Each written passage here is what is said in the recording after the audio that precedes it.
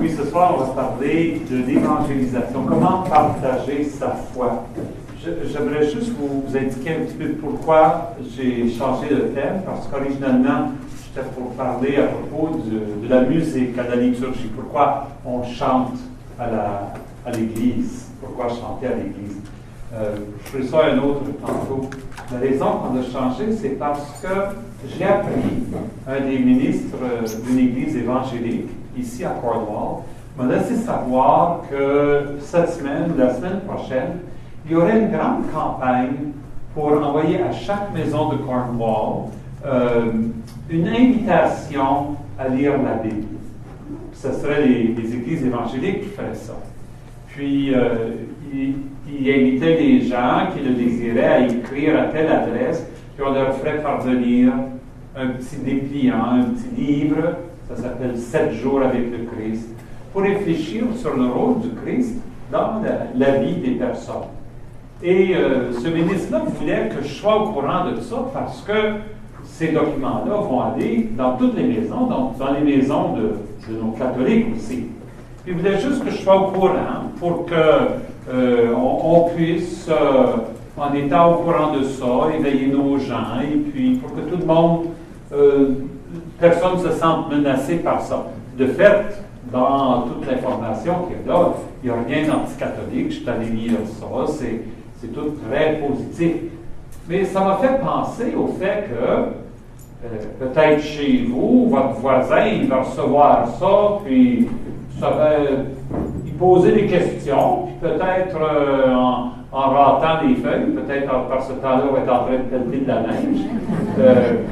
Ils vont vous dire, as-tu reçu ce paquet-là, toi?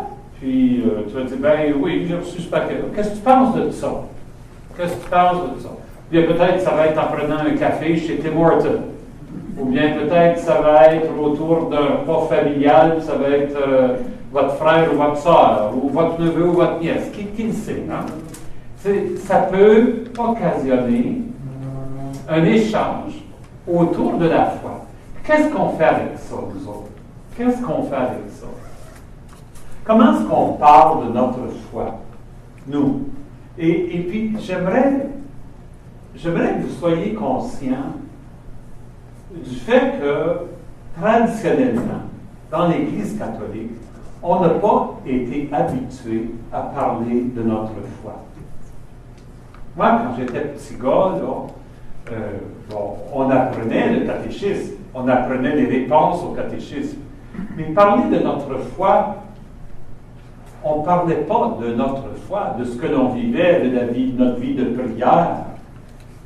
Et surtout, à l'époque, on pensait que ceux qui devaient faire de l'évangélisation, c'était les missionnaires. Les missionnaires, c'était des hommes, des femmes spéciales, et puis la place qu'il fallait les porter la bonne nouvelle, c'était ailleurs, dans d'autres pays, pas ici. On grandissait dans des villages, des villes qui étaient pas mal chrétiennes. Tout le monde allait à l'église, pratiquement. Bon, tu n'avais pas besoin de convaincre quelqu'un d'autre. On a grandi dans ce monde-là où, d'une part, on prenait pour acquis la foi chrétienne, la foi catholique. D'autre part, les spécialistes qui en parlaient, c'était ceux qui étaient partis aux missions, ou les prêtres qui prêchaient ou qui venaient faire des retraites. Mais nous-mêmes, on n'était pas habitués à parler de notre foi. Au point où, tu sais, j'ai connu des couples avec qui j'ai jasé, et puis je leur ai demandé, as-tu déjà parlé de ta foi avec ton mari ou avec ta femme? Ben, on fait des prières ensemble des fois. J'ai dit, oui, mais as-tu déjà parlé de ta foi? As-tu déjà dit à ton époux, à ton épouse, qui est Jésus pour toi? Oh ben non. Non, ça nous gêne, ça. Ça nous gêne. J'ai un petit secret à vous partager. Même les prêtres qui prêchent jour après jour, on parle de Jésus. Mais demande à un prêtre, qui est Jésus pour toi? Vous allez voir, il va bafouiller lui aussi des fois.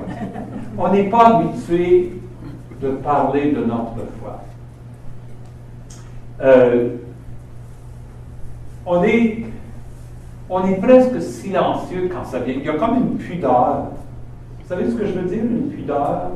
Une certaine gêne, un certain respect de soi qui fait qu'on ne parle pas facilement de notre foi à d'autres. Puis pourtant, évangéliser, c'est quoi? Évangéliser, on va le voir tout à l'heure, c'est d'être capable de parler de sa foi. On ne peut pas évangéliser sans parler de notre foi. Je me souviens à un moment donné, je raconte cette histoire-là, parfois, j'avais été appelé à une prison. J'étais jeune prêtre, il y avait une prison dans le village où j'exerçais mon ministère. Il y avait quelqu'un qui m'avait appelé, il avait demandé de voir un prêtre, puis bon, j'ai rencontré ce prisonnier-là qui m'a dit, bon, les journées étaient longues. Il avait décidé, tout le monde me dit, je devrais lire la Bible, mais je n'ai jamais lu ça. Il dit, pourriez-vous m'amener une Bible? Bon, je dis, oui, j'apporte une Bible. Puis là, quand j'ai apporté à cette deuxième rencontre-là une Bible, il me dit, avec quoi je devrais commencer? J'ai dit, commence avec l'Évangile de Saint Jean. Je parle de Saint Luc. Je pense que c'est ça ce qui est le plus facile. OK, je reviendrai te voir. Oui. Puis, une semaine plus tard, je m'en vais le voir. Il était tout excité. Il dit, j'ai lu l'Évangile de Saint Luc. J'ai dit, ah oui. Il dit, oui, as-tu lu ça, toi? J'ai dit, oui, j'ai lu l'Évangile de Saint Luc. C'est-tu vrai? Qu'est-ce qui est arrivé là-dedans? Tu crois-tu ça, toi? Sais-tu, je pense que c'est la première fois que quelqu'un me demandait ça. Crois-tu ça?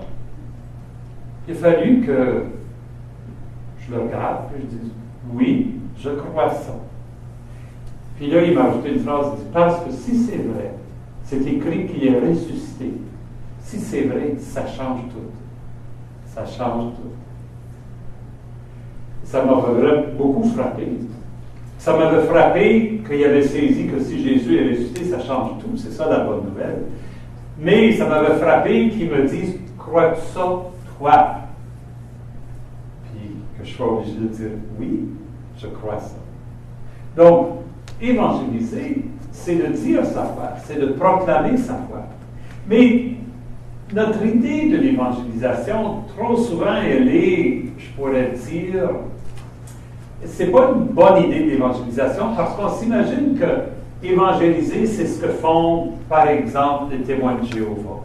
Quand ils passent de porte en porte. Hein, on a tous eu cette occasion-là de rencontrer un témoin de Jéhovah qui vient cogner à ma porte. J'admire le zèle, tu sais, mais je n'admire pas la méthode. Alors, quand on parle d'évangélisation, c'est pas ça ce qu'on entend. C'est pas ça ce que Jésus entendait. De fait, dans l'Évangile de Saint-Luc, il y a une place où il est en train de parler aux apôtres, il les envoie porter la bonne nouvelle. Il dit, ne passez pas de porte en porte. Alors, c'est écrit dans l'Évangile, c'est pas la méthode à prendre. Tout à l'heure, je vais vouloir avec vous regarder, mais comment est-ce qu'on fait pour faire ça? Mais avant d'arriver à ça, je voudrais juste faire remarquer que notre monde a beaucoup changé. Énormément changé. Dans 40 ans.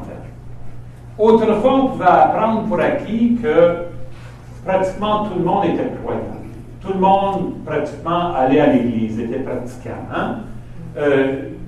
Nos frères, nos sœurs, dans nos familles, on a grandi avec nos parents. On allait à la messe le dimanche, il n'y avait pas question. On ne manquait pas un jour d'obligation. Ça faisait partie de la vie sociale, pratiquement. Puis à un moment donné, vous le savez comme moi, que, tout à coup, il a commencé à y avoir des gens qui ont arrêté de fréquenter l'Église. Pour quelles raisons? Toutes sortes de raisons, chacun a sa raison.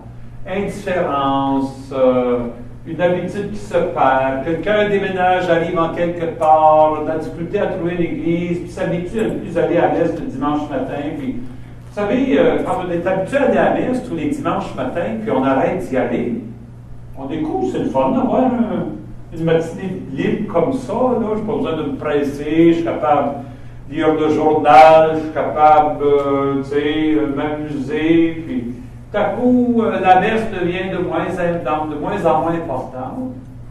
Quand la messe devient de moins en moins importante, la pratique religieuse, on dit « Ah oui, je crois », mais c'est très facile après un bout de temps de ne plus faire d'efforts de réfléchir à sa foi, d'approfondir sa foi.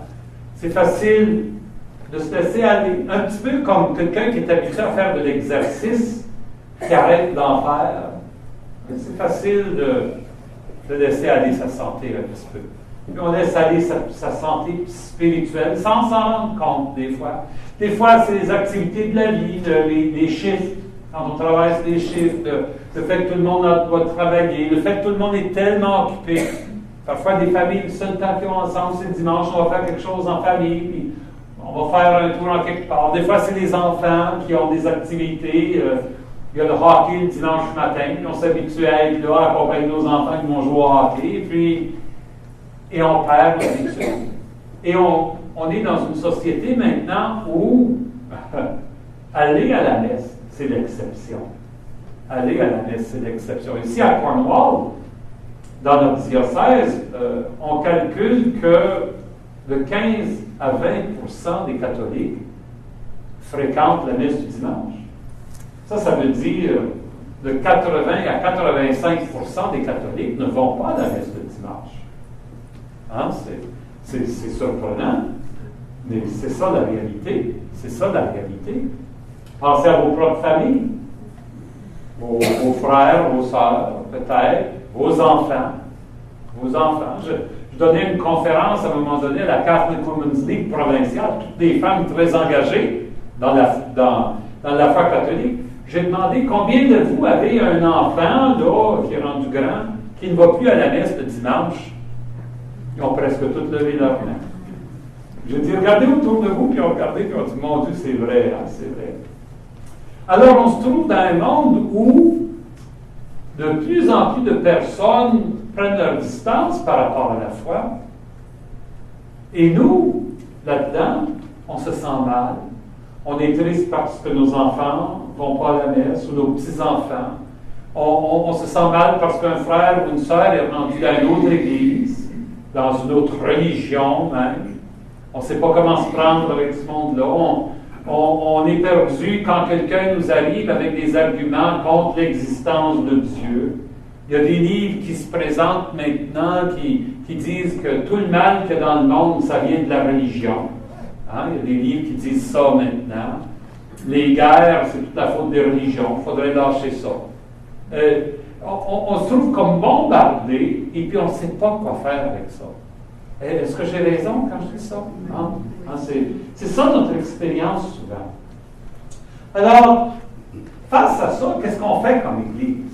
Alors, on a un choix en deux attitudes.